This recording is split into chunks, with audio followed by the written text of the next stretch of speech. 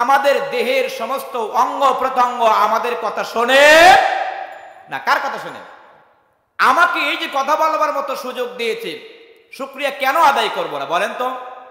অনেক মানুষ পৃথিবীতে আছে যে কথা বলতে পারতো, কিন্তু সামান্য কোনো একটা কারণে স্টপ করেছে, অথবা যে কোনো একটা সমস্যার কারণে আর জবান দিয়ে কথা বের হয় না।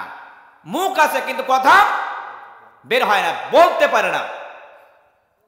অনেক লোক আছে শৈশব থেকে শুরু করে তার বয়স 30-40 বছর পরিমাণ তিনি এই জমিনে অনেক দৌড় হাঁটাচলা করেছেন, কিন্তু এমন একটা সময় আসলো যে তার হাত পাগুলো ওয়াকিজ হয়ে গেল, হাত পাগুলো তার কথা শোনে না।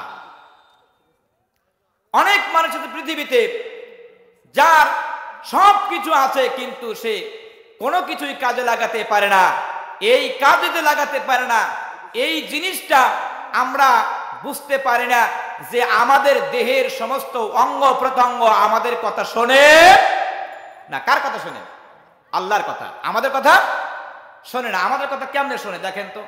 আমার একটা জ্বর আসলে, ঠান্ডা লাগলে আমার মুখ, এই মুখ দিয়ে জ্বর ঠান্ডা লাগলে আরো ভালো ভালো খাবার তৈরি করা হয়, কিন্তু তাই না? ভালো খাবার তৈরি করা হয়, কিন্তু এই খাবার মুখের ভিতরে দিলে মুখের ভিতর যায়, কিন্তু ভিতরে নিতে পারে না। তার মানে আমার মুখ আমার কথা শোনে কি? আমার কথা শোনে না। আমার সমস্ত দেহ, আমার সমস্ত বডি আমার কথা শোনেন না, শোনেন হলো আল্লাহ পাকের কথা। চিল্লা বলেন ঠিক কিনা? এজন্য শুকরিয়া আদায় করব সব সময় মহান তাবারক ওয়া তাআলার। এরপরে আমাদের বিশ্ব নবী, যেই নবী অন্ধকার আচ্ছন্ন পৃথিবীটাকে আলোকিত করল। আমরা তো ছিলাম একটা অন্ধকারের ভিতরে, জাহিলিয়াতের ভিতরে, সেখান থেকে পরিবর্তন করে মহান সুবহানাহু ওয়া তাআলার নবী বিশ্ব নবী আমাদেরকে একটি আলোর পথ দেখালেন, যেই পথটা হলো জান্নাতের পথ। বিশ্ব নবীর রেখে যাওয়া পথের উপর চলতে পারলে কিয়ামতের ময়দানে নিঃসন্দেহে জান্নাতি হব, ঠিক কিনা বলুন?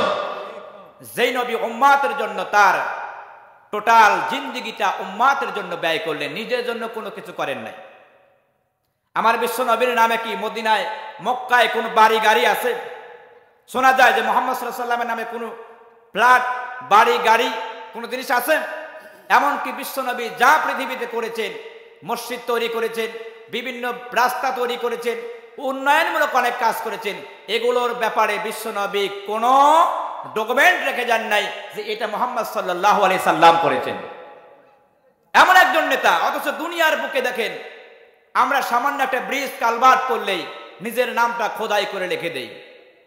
কিন্তু এমন একটি নেতা যিনি তার নিজের জন্য পৃথিবীতে অর্জিত কোনো সম্পত্তি রেখে যান নাই, তিনি পৃথিবীর বুকে রেখে গেছেন শুধুমাত্র তার উম্মাতকে, ঠিক কিনা বলুন?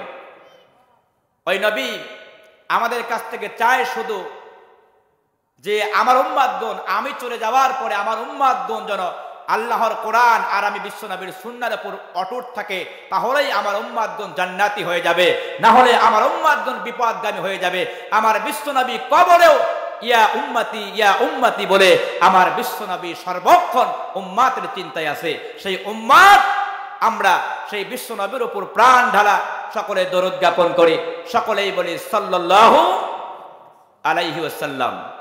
সম্মানিত দিন দরদি, তাওহীদ দরদি মুসল্লি ইকরাম, আসুন আমরা কোরআনে কারিমের আলোচনার দিকে যাই। যেহেতু কোরআনের মাহফিল, আলোচনা হবে কোরআনে কারিমের, আর এই আলোচনার মধ্যে আমাদের ঈমান এবং আকীদা পরিবর্তন হবে, এটাই হলো আমাদের মূল উদ্দেশ্য এবং লক্ষ্য। আসুন আমরা আলোচনার দিকে যাই। আমার সাথে সবাই জবান খুলে তেলাওয়াত করুন। আউযু বিল্লাহি মিনাশ শাইতানির রাজীম।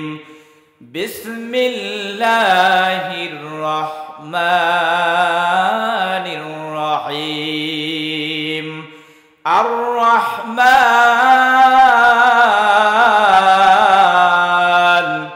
আল্লামাল কুরআন খালাকাল ইনসান আল্লামাহুল বায়ান। আশ-শামসু ওয়াল কমারু বিহুসবান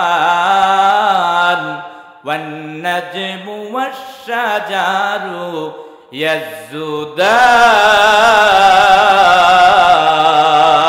আল্লাহু আকবার।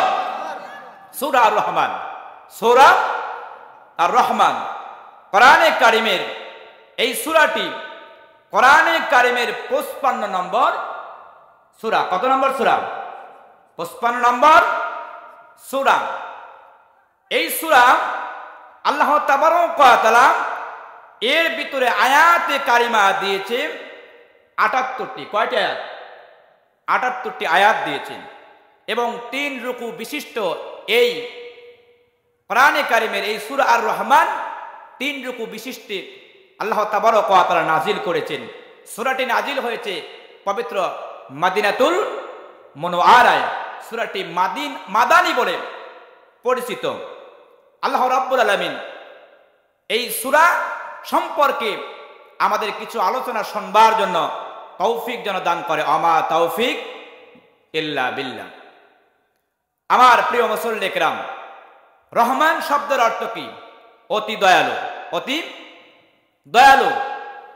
এই অতি দয়ালুটা, পৃথিবীর তো অনেক দয়ালু আছে, এই দয়ালুর সমান নাকি এর চাইতে আরো বেশি ঊর্ধ্বে? বেশি ঊর্ধ্বে কিনা এটা জানতে হবে, ঠিক না? আমরা পৃথিবীতে দয়ালু আছি। আমার সামনে যদি একজন মানুষ অসুস্থ হয়ে যায়, একজন মানুষ যদি কান্না করে, তাকে আমরা 2 টাকা সাহায্য দিয়ে আমরা দয়ালু এটা প্রমাণ করি। প্রমাণ করি না? আল্লাহ রাব্বুল আলামিন এর চাইতে অনেক ঊর্ধ্বে। আমরা কেমন দয়ালু? আমাদের কাছে কেউ সাহায্যের জন্য আসলে দেখা যায় আমরা তাকে সর্বনিম্ন যেটা সেটাই দেই। সর্বনিম্ন যেটা সেটাই দেই। কিন্তু আল্লাহ তাবারক ওয়া তাআলা, আল্লাহ রাব্বুল আলামিন তার বান্দাকে সর্বশ্রেষ্ঠ যে নিয়ামত, সেই নিয়ামতগুলো দান করে। সুবহানাল্লাহ বলেন। আমাদের সামনে যদি দেখা যায় আমি ভাত খাইতে বসি, যদি বিড়াল এসে যদি আমার কাছে যদি ভাত চায়, বিড়ালের তো শব্দ হলো, ভাত চাবার শব্দ হলো ম্যাও ম্যাও, ঠিক না? ম্যাও ম্যাও করে। এখন আমি যদি এক মুষ্ঠ ভাত একবার দেই, দেওয়ার পরে বিড়াল খাইলো, আবার যখন ম্যাও ম্যাও শুরু করলো, আর এক মুষ্টি ভাত আমি দিলাম, দেওয়ার পরে যখন বিড়াল আবার যখন ম্যাও ম্যাও শুরু করে, তখন বিড়ালের লাঠি দিয়ে কি করি? পিটাই। কি করি? পিটাই না? লাঠি দিয়ে পিটাই, অথবা তারা দেই। সামান্য 3 মুষ্টি ভাত দিতে আমরা তাকে পারি না, অথচ আল্লাহ তাবারক ওয়া তাআলা রহমান তিনি আমার মায়ের গর্ভ থেকে শুরু করে মৃত্যু পর্যন্ত আমাদের রিজিক খাওয়ান। তিনি হলেন আমার আল্লাহ সুবহানাহু ওয়া তাআলা। এই সূরা নাজিলের পিছনে একটা কাহিনী আছে। বিশ্বনবী সাল্লাল্লাহু আলাইহি ওয়াসাল্লাম মানুষদেরকে এক সময় তিনি ডাকতেন, আল্লাহর গোলামেরা আল্লাহর পথে আসো। এরপরে বিশ্বনবী সাল্লাল্লাহু আলাইহি ওয়াসাল্লাম একদিন বলে ফেলে দিলেন, রহমানের গোলামেরা রহমানের পথে আসো।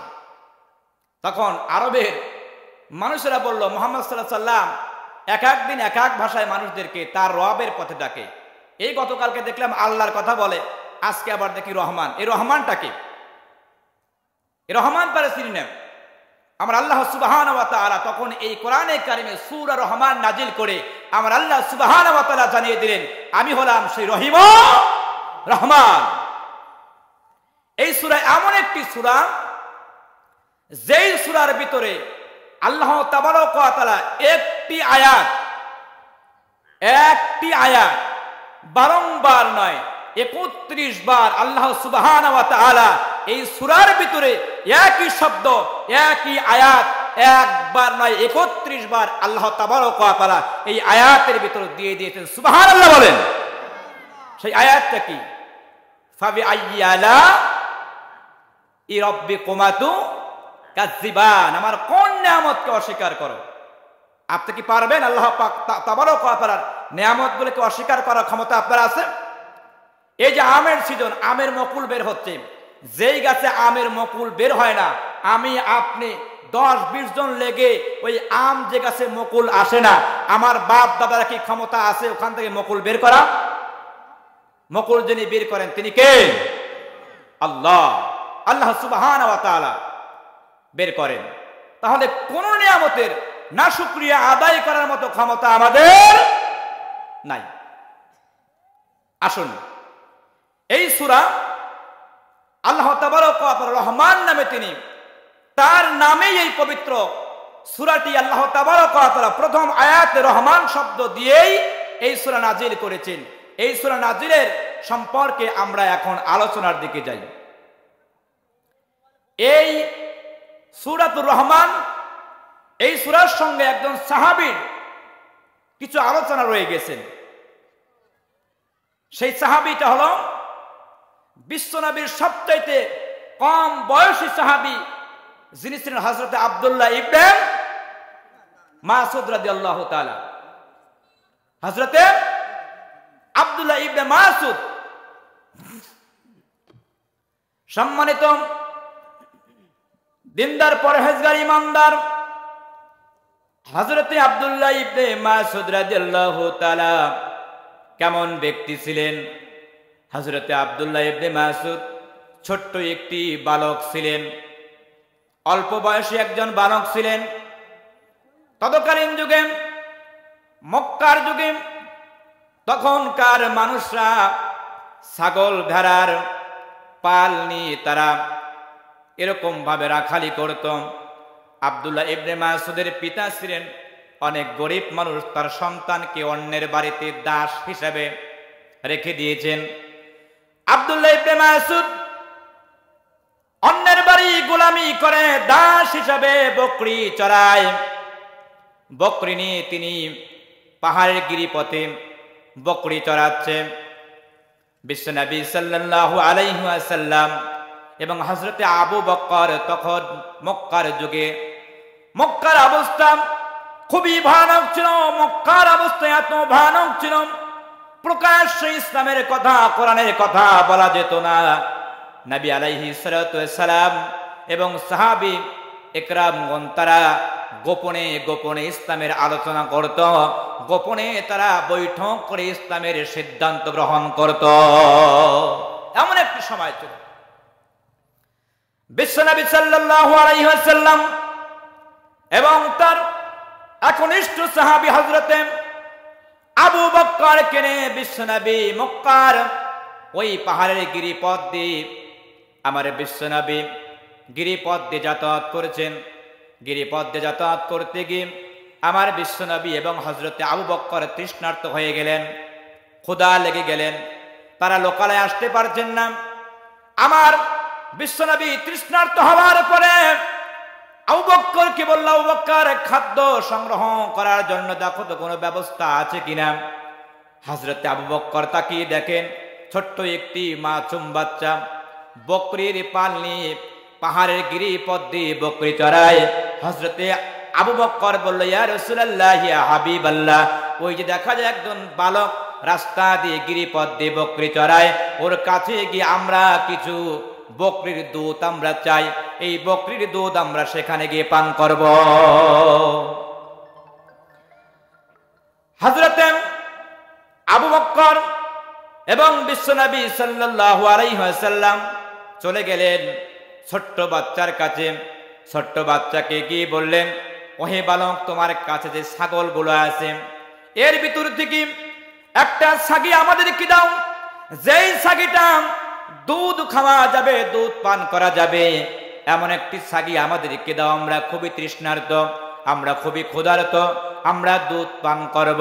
ওই ছোট্ট বাচ্চা বলল, ওহে দুইজন আগন্ত ব্যক্তি, আমি তোমাদেরকে চিনি না, তবে আমার এই ছাগল নয়, আমি একজনের বাড়িতে গোলামি করি, একজনের বাড়িতে আমি দিন মজুরি করি, আমার মনিবের ছাগল নিয়ে আমি এসেছি, আমার মনিবের হুকুম ছাড়া ছাগলের দুধ দিতে পারবো না। সুবহানাল্লাহ, মনিবের হুকুম ছাড়া ছাগলের দুধ দিতে পারবো না।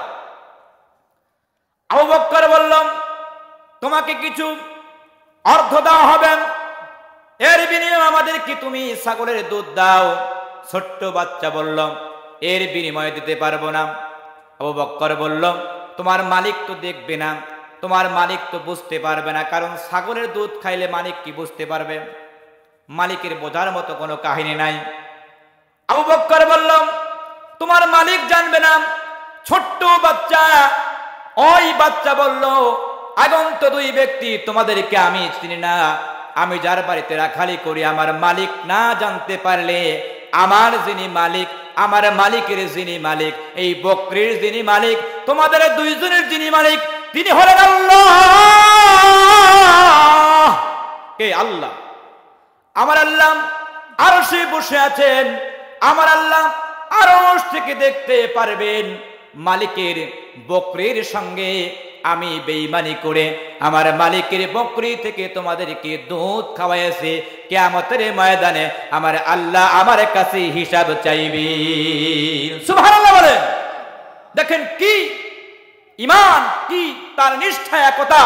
যে ব্যক্তি ঈমান গ্রহণই করেন নাই, এখনো মুসলমান না, ছোট্ট বাচ্চা। অথচ আমাদের ছোট্ট বাচ্চা যখন হয়, 8-10 বছর বয়স যখন হয়, তারা কত রকমের অন্যায় অপকর্ম করে বেড়ায়, ঠিক কিনা?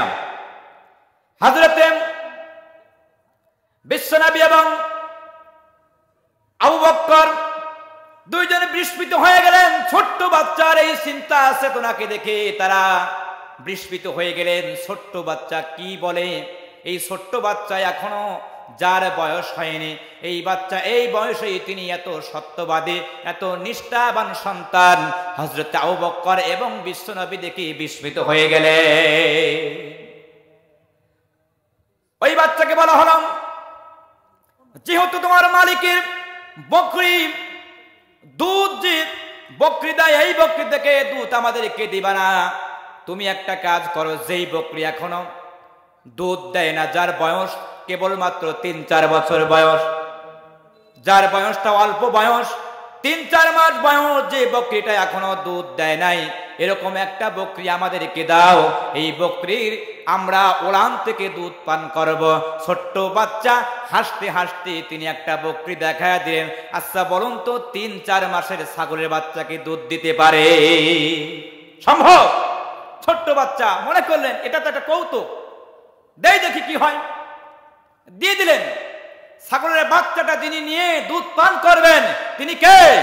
তিনি হলেন মুহাম্মদ সাল্লাল্লাহু আলাইহি ওয়াসাল্লাম। তিনি চাইলেই আল্লাহ তাবারক ওয়া তাআলা অটোমেটিকলি তার জন্য রহমত দিয়ে দেবে, ঠিক কিনা? বিশ্বনবী সাল্লাল্লাহু আলাইহি ওয়াসাল্লাম যেই ছাগলের বয়স মাত্র 3-4 মাস বয়স, এরকম একটি ছাগলের বাচ্চা বিশ্বনবী হাতে নিলেন। হাতে নিয়ে তার ওলানে হাত রেখে আমার বিশ্বনবী বললেন, বিসমিল্লাহির রহমানির রহিম। আল্লাহু আকবার। আমার বিশ্বনবী বলতে দেরি, ছোট্ট ছাগল, তার ওলানে দুধ আসতে বাকি নাই, দুধ দিয়ে পরিপূর্ণ হয়ে গেলেন। আমার বিশ্বনবী তৃপ্তি সহকারে দুধ পান করলেন। হযরতে আবু বকর তৃপ্তি সহকারে দুধ পান করলেন। ওই ছোট্ট বাচ্চাটাকে তৃপ্তি সহকারে দুধ পান করার জন্য বলা হলো। হযরতে আব্দুল্লাহ ইবনে মাসউদ এখন ইসলাম গ্রহণ করেননি। ওই সন্তানটা দুধ পান করে আমার বিশ্বনবীর দিকে, আবু বকরের দিকে তাকিয়ে বললেন, ওহ আগন্তুক, আমি আপনাদেরকে চিনি না, তবে আপনারা নিশ্চয় ভালো মানুষ।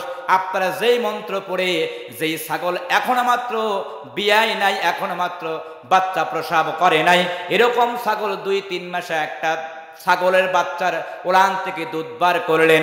কোন মন্ত্র পড়ে দুধ বার করলেন? আমারে সেই মন্ত্র শিখায়া দেন। সুবহানাল্লাহ বলেন। আমার বিশ্বনবী বললেন, ছোট্ট বাচ্চা, আমি হলাম এই দুনিয়ার আল্লাহর পছন্দীয় নবী হযরত মুহাম্মদ রাসূলুল্লাহ সাল্লাল্লাহু আলাইহি ওয়াসাল্লাম। আমি হলাম নবী, আর আমি যেই মন্ত্রটা পড়েছি এই মন্ত্রটা তোমাকে দেওয়া যাবে। তার কারণ তোমার ঈমান যে আগেই পরিপূর্ণ আছে, তুমি সৎ নিষ্ঠাবান সন্তান, এটা বুঝে গিয়েছি। তবে এই মন্ত্র পড়ার আগে আল্লাহ রাব্বুল আলামিন তার বান্দাদেরকে আর একটা মন্ত্র এর আগে পাঠ করতে হয়, যেই মন্ত্রের নাম হলো লা ইলাহা ইল্লাল্লাহু মুহাম্মাদুর রাসূলুল্লাহ সাল্লাল্লাহু আলাইহি ওয়াসাল্লাম। হযরতে আব্দুল্লাহ ইবনে মাসউদ কলেমা পড়ে ঈমান গ্রহণ করলেন, তিনি মুসলমান হয়ে গেলেন। আব্দুল্লাহ ইবনে মাসউদ বিশ্বনবীর সঙ্গে সবসময় তিনি থাকলেন ছায়ার মতো লেগে। গরিব মানুষ, বিশ্বনবীর সবসময় নিকটবর্তী তিনি থাকতেন। আব্দুল্লাহ ইবনে মাসউদ ঈমান গ্রহণ করেন, ঈমান আনলেন। এই আব্দুল্লাহ ইবনে মাসউদ বিশ্বনবীর সব সময় কাছাকাছি জায়গায় তিনি থাকতেন। আমার প্রিয় হাজিরিন, সম্মানিত প্রিয় দিনদার মুত্তাকিরা, এই সূরা আর রহমান কিন্তু এর নাজিল হওয়ার কিছু প্রেক্ষাপট আপনাদের সামনে বর্ণনা করেছি। আল্লাহ তাবারক ওয়া তাআলা যখন সূরা আর রহমান নাজিল করলেন, নাজিল করার পরে আল্লাহ তাবারক ওয়া তাআলা নবী বললেন, কে আছো তোমরা? মক্কার বুকে এখন যে অবস্থা, দিনের কথা, ইসলামের কথা প্রকাশ্যে বর্ণনা করা যায় না, সুতরাং আল্লাহ তাবারক ওয়া তাআলা সূরাতুর রহমান নাজিল করে দিয়েছে। এই সূরা রহমান তোমরা কে আছো এই মক্কার বুকে প্রকাশ্যে বর্ণনা করতে পারবা? সুবহানাল্লাহ। সম্ভব? যেখানে মুহাম্মদ সাল্লাল্লাহু আলাইহি ওয়াসাল্লাম সহ প্রত্যেক মানুষ গোপনে ধর্ম প্রচার করছে, এমন একটি সময় কে পারবা এই সূরা রহমান তেলাওয়াত করে টোটাল জাতিকে শুনিয়ে দিতে? এরকম হিম্মত কারোর আছে? অসম্ভব, কারণ নাই। বিশ্বনবী সাল্লাল্লাহু আলাইহি ওয়াসাল্লাম সাহাবীদের কি বললেন? ওই মজলিসে হযরত ওমর সহ আবু বকর সহ সমস্ত সাহাবীরা আছে, কোন সাহাবী তারা সাহস পাইলেন না। আমার বিশ্বনবী যখন বললেন, ছোট্ট বাচ্চা যখন ঈমান এনেছে আব্দুল্লাহ ইবনে মাসউদ, এখনো বেশি বয়স্ক প্রাপ্ত হননি, তিনি বললেন, ইয়া রাসূলুল্লাহ, ইয়া হাবিবাল্লাহ, আমি পারবো মক্কার বুকে সূরা আর রহমান তেলাওয়াত করে শোনাইতে। সুবহানাল্লাহ বলে। আমার বিশ্বনবী চিন্তা করেন, ছোট্ট বাচ্চা, এর বাবাও গরিব মানুষ, পরিবার গরিব পরিবার, একে তো প্রোটোকল দেওয়ার মতো কেউ নাই। যদি আবু জেহেল উতবা সাহেবাইরে মারতে চায়, একে তো ঠেকানোর মতো কোনো হিম্মত ওয়ালা ব্যক্তি ওর পরিবারে নাই। আমার বিশ্বনবী আবারও বললেন, কে আছো? আল্লাহ তার পবিত্র কোরআনে কারিমের ভিতরে সূরা আর রহমান নাজিল করে দিয়েছে, বিশ্ববাসীকে শোনানোর জন্য কে প্রস্তুত আছো? সূরা আর রহমান তেলাওয়াত করে শোনাবা। সমস্ত সাহাবী তাদের মাথাগুলো নিজ করে রাখলেন, কেউ এই সাহসটা পাইলেন না। হযরতে আব্দুল্লাহ ইবনে মাসউদ বললেন, ইয়া রাসূলুল্লাহ, আল্লাহ, আল্লাহর কসম করে বলছি, আমি আব্দুল্লাহ ইবনে মাসউদ তেলাওয়াত করব। সুবহানাল্লাহ। আবার বিশ্বনবী বললেন, তোমরা কে আছো সূরাতুর রহমান তেলাওয়াত করে শোনাইতে পারবা? সব সাহাবী তারা এই কথাটা তারা শোনার পরেও তারা না শোনার বান্দরে বসে থাকলেন।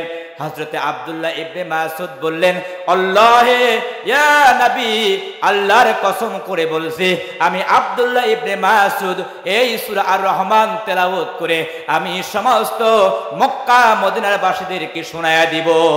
সুবহানাল্লাহ বলে।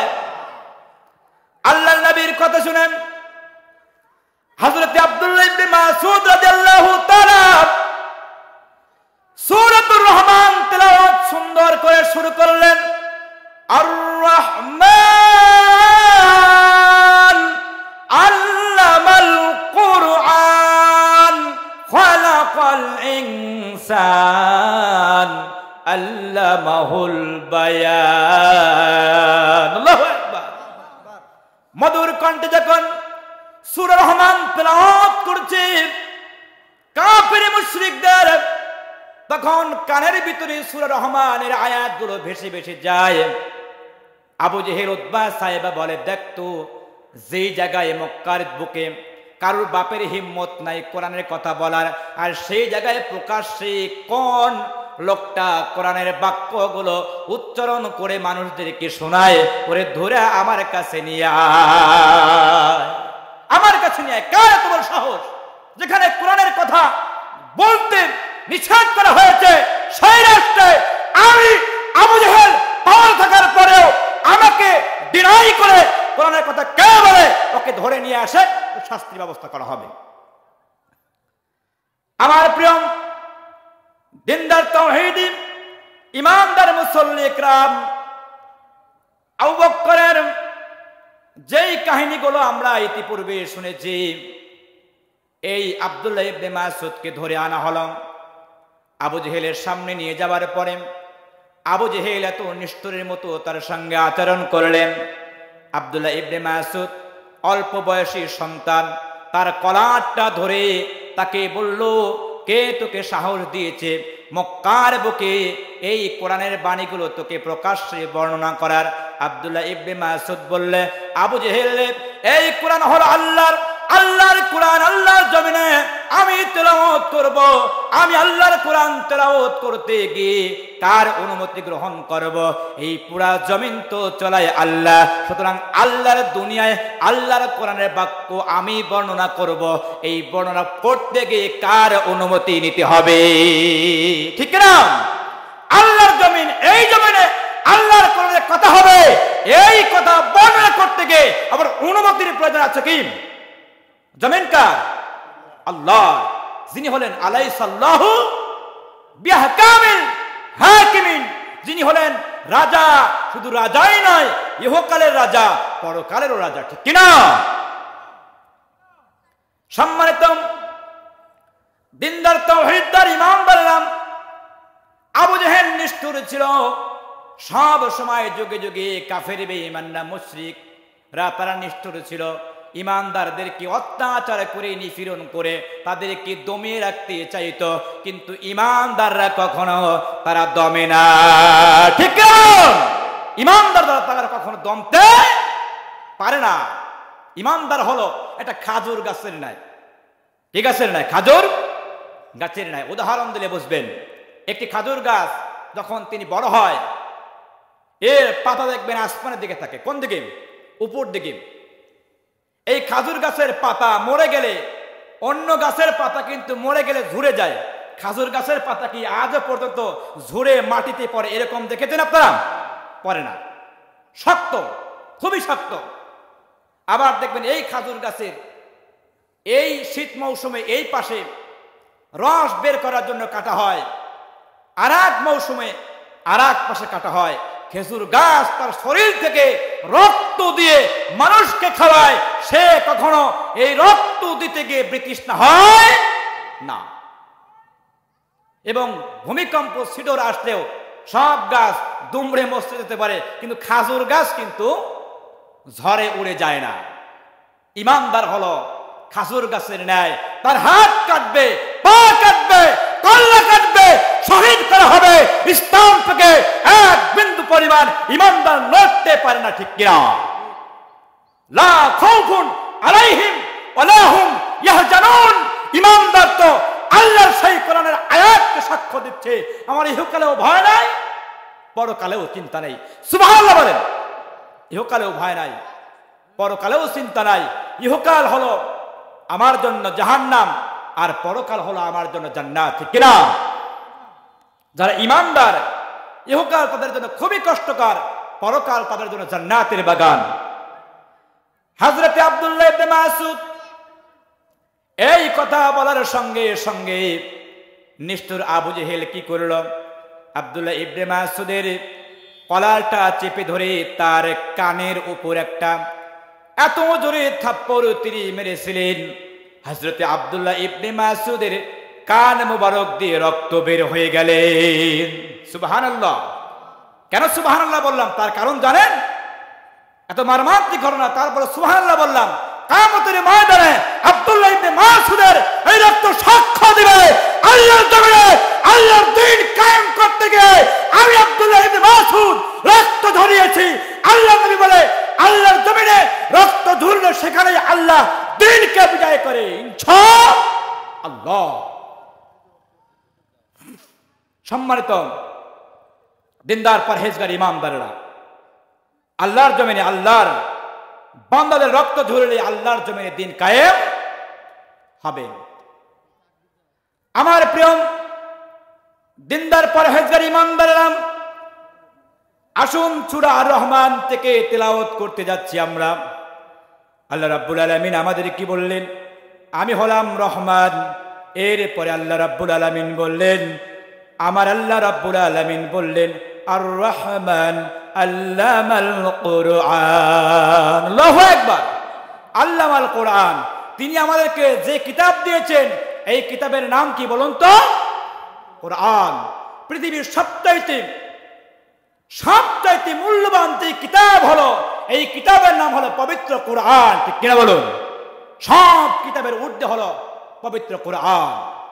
এই কোরআনটা হলো একটা নূর। কোরআনটা একটি নূর।